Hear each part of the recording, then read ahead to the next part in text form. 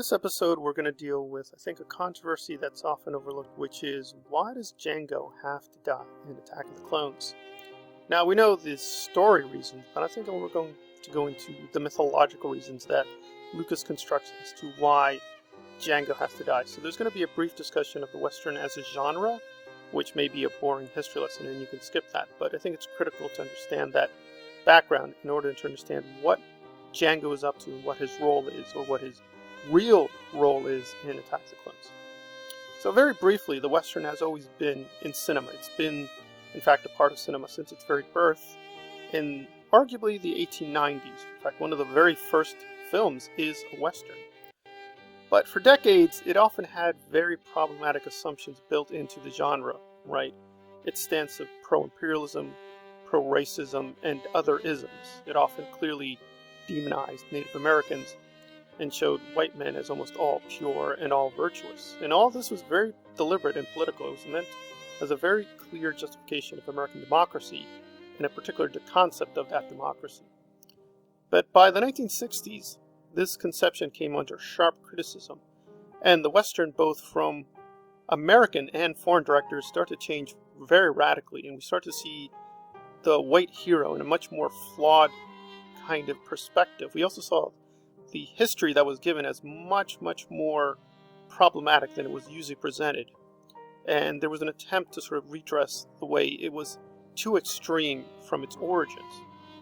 But by the 1980s and 1990s, there was a reaction to that reaction.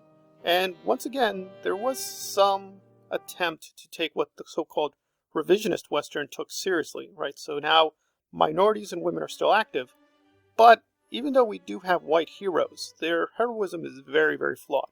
Probably the best single picture of this genre is Clint Eastwood's Unforgiven, where we do sympathize with what the character is doing, right? He's a mercenary, and he does kill. He kills brutally without apology, but he seems to be justified in his killing. But we never once think he's a hero. He does heroic things, and he's a very noble person unto himself, but he clearly is not a hero. And now we turn to Jango and Attack of the Clones, and it's a very similar archetype, where unto himself Jango is a very good person, right? He's a loving father, he keeps his word, right? He wants to maintain his contract. But what he does is objectively evil, right? Because he tries to assassinate Padme, and he wants to bring the Sith to power. But he doesn't have any personal stake. He doesn't really care about the actual conflict between the Jedi or the Sith, right? He has no real vendetta against the Jedi. He has nothing personal against them, right? It's strictly a business issue. He's made a contract. He's going to keep the contract, right? He's going to become a template for the clones, and he's going to assassinate figures that Dooku wants assassinated. But he doesn't feel any real compassion or passion either for or against either side, right? He's strictly looking out for himself, his family, and his self-interest. So from that perspective, there's nothing, quote, villainous about Jango, right? We keep forgetting that the Jedi are chasing and attacking him, right? It's they who are taking a personal vendetta against what Dooku is doing, right? They don't really have any right or even any justification for being on Kamino or for trying to stop the Clone Wars. Again, why is it that the Separatists can't separate from the Republic? What right do they have to intervene in these affairs at all? We really don't ask those questions at the very beginning, right? Because Lucas does do a very good job of subtly hinting that the Jedi are not all good, and Jango is not all evil. So the question becomes, if Jango is partly justified in doing what he's doing, why does he have to die? He doesn't have to die in terms of the story. He could have easily lived. And to be fair to Lucas, in terms of the actual sheer commerce, it would have been made a lot more money if Jango had lived and they had used him in Revenge of the Sith. But we clearly see he dies. He's dead. He's not coming back.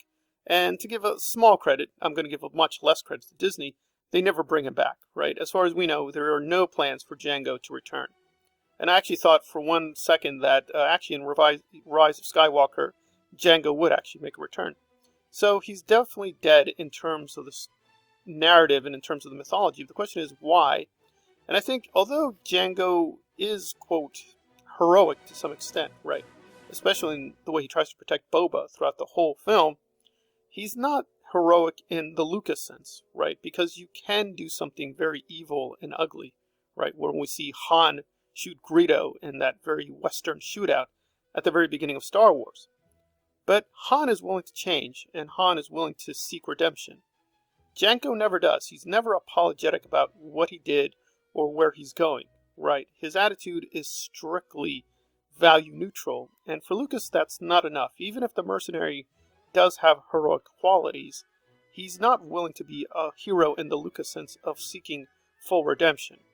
Anakin does, and although it takes a very, very long time, he finally does something to justify why he's been kept alive, right? He's willing to sacrifice his life at the very, very end of his life. Jango never is. He's willing to do everything he takes to fight for Dooku, but he's not sacrificing his life. He's just fulfilling his contract. So although he acts very brave and noble and very caring towards Boba, he doesn't have that attitude of caring towards anybody else, right? He strictly looks at everything as a business matter. So when his co-conspirator fails, he doesn't kill her right away, but out of self-preservation, he does kill her. So it's one of those twisted things that Jango is not, quote, a bad person, but he's part of a bad conspiracy. He doesn't take any emotive investment. He doesn't care. But that's not enough for Lucas. So there's a very sharp parallel between him and Tarantino. Now, obviously, Tarantino's much better at this, right? It's not deterministic, right? In Pulp Fiction, we do see Jules, even though he was a mercenary, he's allowed to live because he basically has been illuminated by what he thinks is God. But Vincent refuses to change, and so he has to be killed off. But he does allow a choice. But in Lucas's universe, there's really not many choices, right? You're allowed a choice for a while, but ultimately you do have to side with good or evil, and there has to be a total commitment to one or the other. And I still disagree with the decision of killing Jango. I just don't think it was necessary within the mythology.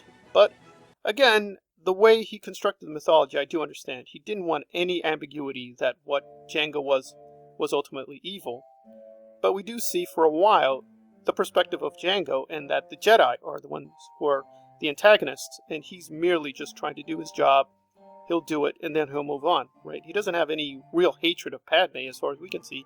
He's just fulfilling his contract, and as a mercenary, he's honor-bound to do so. So he does have an ethics and a code, but it's not a Lucas code of ethics, and for that reason, he does have to die. Alright, this has been Attack of the Clones Analyzed on Star Wars Analyzed, looking at why Jango had to die in Attack of the Clones. If you like the content, please hit the like button and or subscribe. Please comment below. Please hit the like button if you can. Please share the content. Thank you for listening.